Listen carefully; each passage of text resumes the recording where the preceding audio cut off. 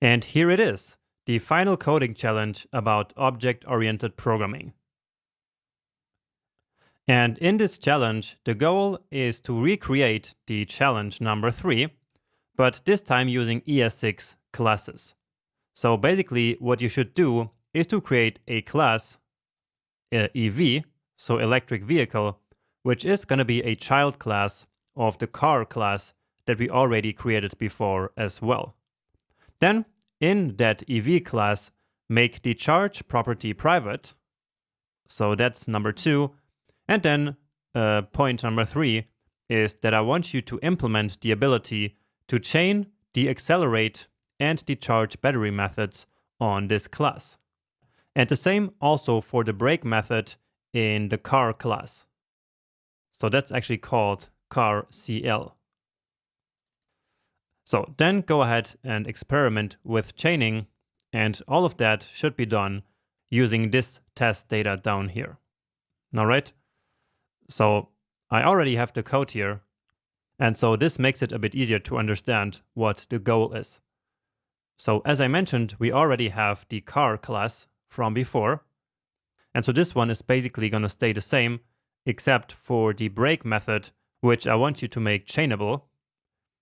And then here we have the EV already, as we implemented it previously using constructor functions. And so the big goal of this challenge is basically to convert all of this into a child class of the car class. All right. So let's do this. So class EV CL, and now this should be a child class, and so we use the extends keyword. So this extends the car CL class. And now let's put this curly brace actually down here, because all we need to do is to now modify this a little bit. So here we can transform this here into the constructor. So the constructor method, and we still need the make, speed, and charge, of course. Now here we don't need to call the car, but instead we call super, remember? And we do that, of course, without the this keyword, because all of this will automatically happen behind the scenes. Okay, so if I save this now, we get this error, but that's because we still have a lot of stuff to change down here. Next, here is linking of the prototypes, and none of this is necessary with classes, because all of this simply happens automatically behind the scenes. We also don't need to set anything manually on the prototype properties, so let's get rid of this. And in here also, we don't need the function keyword. And so with this, I think for now, we should be good to go. So let's now create an object called Rivian, which is going at 120 with a charge of 23%. So Rivian, which is another electric vehicle brand. So EVCL Rivian 120 and 23% of charge. Let's check it out here. And yep, there it is. Great. So next up, the task is to make the charge private. So let's do that. So this is the car. So here we don't have the charge in the parent class, but we do have it here in the child class. Now we receive this charge actually as an input here. And so we still need to define all the fields outside of any method. So we do that up here, and that is true for both private and public fields. So in this case, we want a private field, and that's called charge. And then we don't give it any value, and here we simply reassign that. And then all we have to do is to change it everywhere. So that's here and here and here. Give it a save. If we now check this, then indeed, here it is. and we didn't get any error. But indeed, as we try to now access this property outside, then that is not going to work.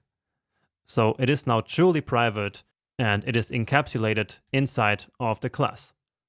So from outside, there's no way of changing it, except of course by charging the battery or by accelerating. And so once again, this method here is basically a public API so that we can manipulate the charge property from the outside, but without being able to directly access the property from the outside.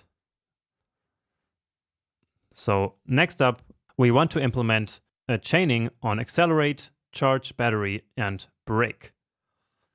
So on break, we need to do it here. And so remember, all we have to do is to return this keyword, right? So that's very easy. Here the same, this. And again, we are doing this here basically on all the methods that actually set something. And so that's where this makes the most sense. Great. So now we are able to do something like this. So we can accelerate, and then we can accelerate again, and we can accelerate again maybe. Let's break for a change. Then let's charge the battery, let's say to 50%. And then let's accelerate some more. And so this is what the result is going to be looking like. So here we are accelerating 3 times, then we are braking down by 5 kilometers per hour, and then immediately we add 20 kilometers per hour back again. And the charge then drops to 49, and that's because previously we had charged it to 50. And what's also interesting to see here is that our child class does also inherit the getters and setters from the parent class. So we can also do this. So remember, that is a setter and a getter that we defined previously. And so this is basically 195 kilometers per hour converted to miles per hour. Okay, and with that, this challenge is now completed. And I think we used all the things that we learned over the course of this section right here in all of these 4 challenges. So this should cover everything that you learned. And so by now, you actually already put everything that we learned about object-oriented programming into practice by yourself. So congratulations for that. That was a really great job and a great effort to watch this entire section until the end. And now it's time to make this even more exciting.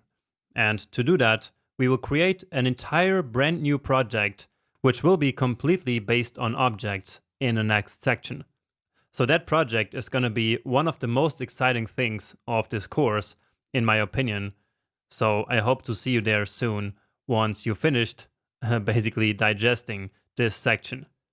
So congratulations once again. I'm really happy to still have you with me here at this point of the course. And so I see you back here in the next section.